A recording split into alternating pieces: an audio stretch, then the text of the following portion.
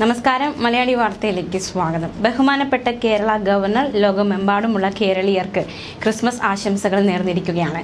സംസ്ഥാനത്തെ ജനങ്ങൾക്കും ലോകമെമ്പാടുമുള്ള മറ്റ് കേരളീയർക്കും കർത്താവായ യേശുക്രിസ്തുവിന്റെ ജനനം ആഘോഷിക്കുന്ന ഈ സന്തോഷകരമായ അവസരത്തിൽ എൻ്റെ ഹൃദയംഗമമായ ക്രിസ്മസ് ആശംസകൾ നേരുന്നുവെന്നാണ് അദ്ദേഹം ക്രിസ്മസ് സന്ദേശത്തിലൂടെ അറിയിച്ചിരിക്കുന്നത്.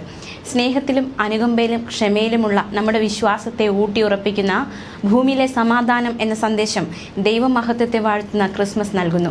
ദൈവത്തിന്റെ മഹത്വം പ്രകീർത്തിക്കുകയാണ് ക്രിസ്മസ്. കർത്താവായ യേശു ലോകത്തെ പഠിപ്പിച്ച ഭൂമിയിലെ സമാധാനം എന്ന സന്ദേശത്തെക്കുറിച്ചും ഗവർണർ അദ്ദേഹത്തിന്റെ ക്രിസ്മസ് സന്ദേശത്തിൽ ഓർമ്മിപ്പിച്ചു.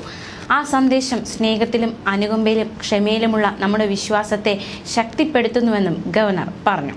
ക്രിസ്മസ് ആഘോഷം സഹാനുഭൂതി, ഔദാര്യം, സാഹോദര്യം എന്നിവയിലൂടെ നമ്മുടെ ഐക്യത്തെയും സാമൂഹിക കരാറിനെയും സമ്പന്നമാക്കട്ടെ എന്നും ഗവർണർ ക്രിസ്മസ് സന്ദേശത്തിലൂടെ അറിയിച്ചു.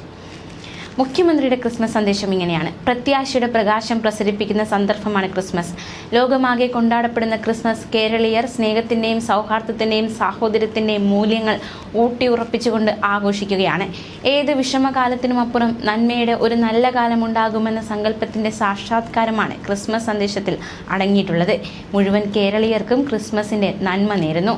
അനുകമ്പയും ഉദാരതയും സാഹോദര്യവും ക്രിസ്മസ് ആഘോഷത്തിന് തിളക്കമേകട്ടെ എന്നും അതിലൂടെ സാമൂഹിക ഒരുമ ശക്തിപ്പെടട്ടെ എന്നും ഗവർണർ ആശംസിച്ചു. രാഷ്ട്രപതി ദ്രൗപദി മുർമു ക്രിസ്മസ് ആശംസ നേർന്നു. കരുണയുടെയും അനുകമ്പയുടെയും സന്ദേശമാണ് ക്രിസ്മസ് പകരുന്നതെന്നും മനുഷ്യർക്ക് നിസ്വാർത്ഥ സേവനം നൽകാനുള്ള പ്രേരണയാണിതെന്നും രാഷ്ട്രപതി സന്ദേശത്തിൽ പറഞ്ഞു.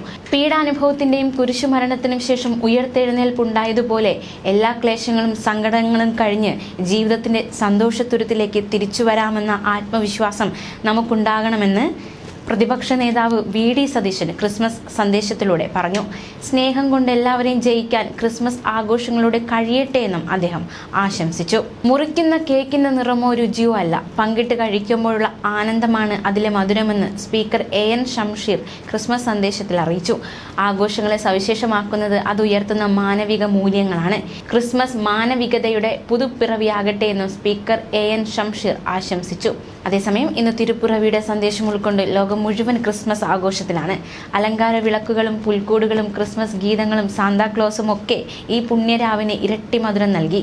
ക്രൈസ്തവ വിശ്വാസികൾ സ്നേഹത്തിൻ്റെയും സമാധാനത്തിൻ്റെയും പ്രത്യാശയുടെ സന്ദേശവുമായി ഈ ക്രിസ്മസിനെ വരവേറ്റു. പ്രിയ പ്രേക്ഷകർക്ക് മലയാളി വാർത്തയുടെ ക്രിസ്മസ് ആശംസകൾ. ന്യൂസ് ഡെസ്ക് മലയാളി വാർത്ത.